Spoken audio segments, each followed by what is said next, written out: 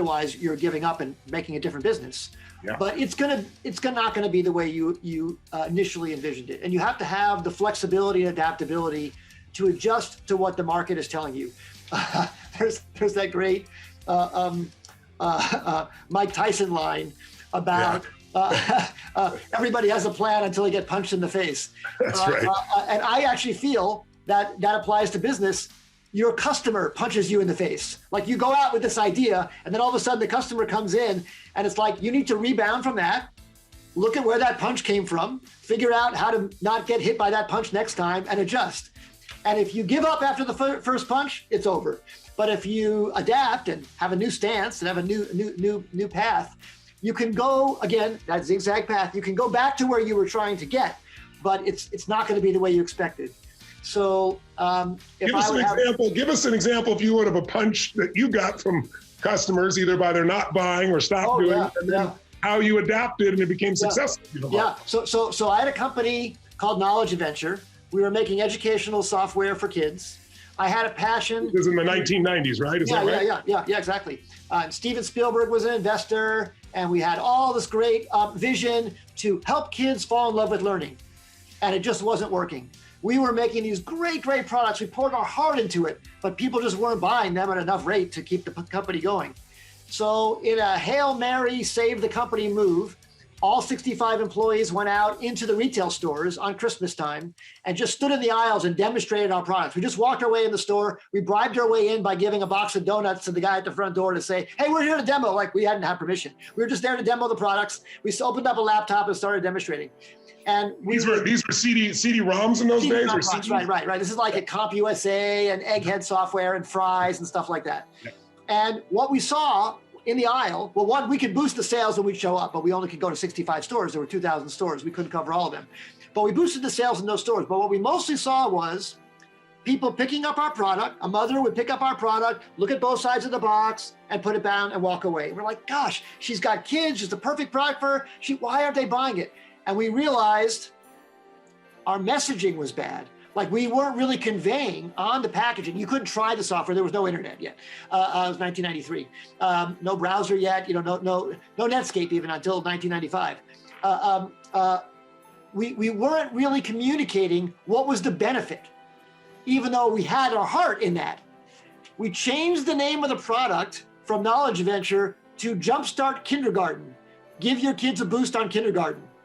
And now, instead of being for all kids and the parent wasn't sure if it was right for theirs, now it was good for 5-year-olds, like just 5-year-olds. If you have a 4-year-old, you're going to buy this product. So we narrowed down the focus so much to focus on only 1 year, but the product took off like crazy. And we got punched in the face by customers saying, I don't understand what you're trying to tell me. And we just changed our messaging to bop them over the head and explain what we were and what we were trying to do. And we took off like crazy. We sold 20 million copies. 20 million copies. And didn't you sell like first grade, second? Yeah. So after having success with kindergarten, we made a whole series. We made Jumpstart Elementary, where we had one grade K through 6. And it was fantastic, but it was basically customers telling us, you're not explaining to me what you're doing. How can you fix that? And we racked our brains to figure out. Now that you hear the story, you go, well, it's obvious. Why didn't you do that? But it was not obvious to us until we actually watched customers at the moment of not buying to figure it out. And that's the kind of reconnaissance that entrepreneurs got to do instead of staying back and in their head. I mean, so often entrepreneurs make the product they want versus the product the customer really wants and needs, right? Now, if the customers had said, oh, make this a violent war game, then we would have said, no, that's not our mission. We can't do that. So we kept our mission of what we were trying to do, which is make kids fall in love with learning. We just had to explain how we were doing it differently. And you sold that company for a nice profit too, didn't you? No, we sold the company for $90 million a few years later to Vivendi. So it worked out very, very well. But the company went from almost going out of business to successful sale in just a few years, but only by listening to the customer. Beautiful. Cal, can you tell us what's one of the most important lessons you've learned? You've built several companies, sold them. You worked in different countries doing this, in very different cultures doing this. What's one of the most important lessons that you've learned as an entrepreneur that guides you today? Finally, the main reason why companies succeed and why company failed, it's a people, it's your team. Yes. Ultimately, nothing behind the company, technology, market, like the people. It's a main thing that you have. And it's interesting by moving from one country to another. I moved from Russia when I was 35. It's kind of time when you already like set up as a personality. So it's like you are moving to another country and living the second life. It's not like you move as a student or kid. So it's very interesting to see how different. Even it's like everybody looks the same. Like you probably, if you close your ears, you see the same people. They look the same. Everything's the same, but it's very different. And I think like a main failure that I had in my entrepreneurial career was finally with building open and honest relationships with communications. And in many cases, like especially because Russian culture is kind of very leaning to some kind of politics, a little bit hypocrisy. We are more Oriental. And based on Russian standard, I was very Western. But when I now moved to the US, now I understand actually I'm more Russian. and I think like the main value that actually Dakin gave me, it was not the money. Actually, that he was my mirror. And he always like to tell me that how I look like and how I need to change myself. And I'm still working on me. It's not easy. I mean, for me, it's definitely working on my usual mode of, it's easier.